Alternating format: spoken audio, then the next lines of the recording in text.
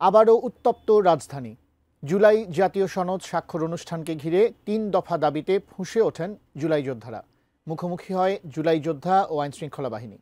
এক পর্যায়ে রণক্ষেত্রে পরিণত হয় মানিক মে এভিনিউ। কিন্তু কি সেই ৩ দফা দাবি, আর কেনই বা এত গুরুত্বপূর্ণ জুলাই যোদ্ধাদের কাছে? বিস্তারিত জানাচ্ছেন আরিফ হাসান।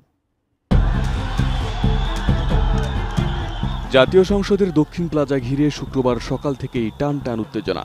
মূল কারণ জুলাই জাতীয় সনদ স্বাক্ষর অনুষ্ঠানকে ঘিরে জুলাই যোদ্ধাদের ৩ দফা দাবি। সকালে শুরু হওয়া আন্দোলন দ্রুত রূপ নেয় সংঘর্ষে, আর দুপুর নাগাদ মানিক মে এভিনিউ পরিণত হয় রণক্ষেত্রে। শুক্রবার সকালে সংসদ ভবন এলাকায় প্রবেশ করে জুলাই সনদ স্বাক্ষরের মঞ্চের সামনে অবস্থান নেন জুলাই যোদ্ধারা। উপস্থাপন করা হয় ৩ দফা দাবি। জুলাই সনদ সংশোধন করতে হবে, সনদকে স্থায়ীভাবে সংবিধানে অন্তর্ভুক্ত করতে হবে, জুলাই যোদ্ধাদের আনুষ্ঠানিক স্বীকৃতি দিতে হবে। দাবি মানার আশ্বাস দিয়ে পরিস্থিতি শান্ত করার চেষ্টা করেন জাতীয় ঐক্যমত্য কমিশনের সহসভাপতি ডক্টর আলী রিয়াজ।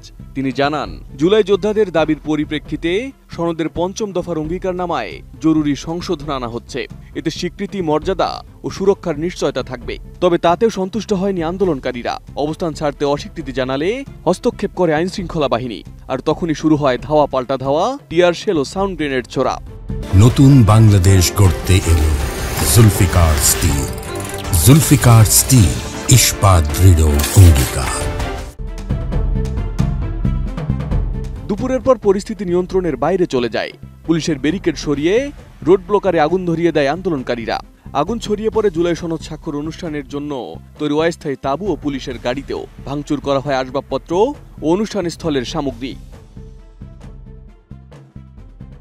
এরপর মানিক মে এভিনিউ ও মিরপুর সড়কে যান চলাচল সম্পূর্ণ বন্ধ করে দেওয়া হয়। এমনকি পথচারীরাও সেখানে চলাচল করতে পারেন না। এরপর একদল আন্দোলনকারী আশ্রয় নেয় আড়ংয়ের দিকের রাস্তায়, অন্য দল খামারবাড়ি মোড়ে।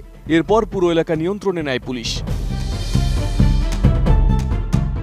মূলত রাষ্ট্রের বিভিন্ন ক্ষেত্রে সংস্কারের উদ্দেশ্যে শুক্রবার স্বাক্ষর হয় জুলাই জাতীয় সনদে। এতে সংবিধান, নির্বাচন ব্যবস্থা, বিচার বিভাগ, প্রশাসন ও দুর্নীতি দমন কমিশন সহ ৮৪টি সংস্কার প্রস্তাব অন্তর্ভুক্ত করা হয়।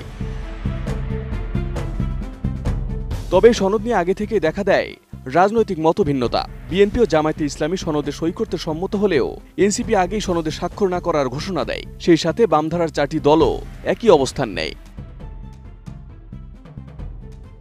মূলত বিতর্কের মূল কেন্দ্র হল সংবিধান সংশোধনের পদ্ধতি ও সংস্কার বাস্তবায়নের সময়সীমা। জামায়াত ও এনসিপি গণভোটের মাধ্যমে বাস্তবায়নের দাবি জানালেও বিএনপি চায় নির্বাচনের দিনই গণভোট হোক।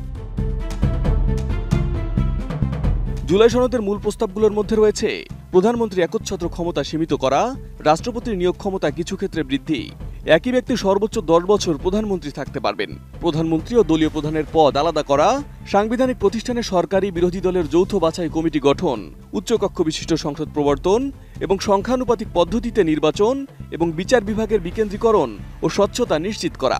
তবে এসব প্রস্তাবের অনেকটির বিরোধিতা রয়েছে বিএনপি সহ কয়েকটি দলের পক্ষ থেকে।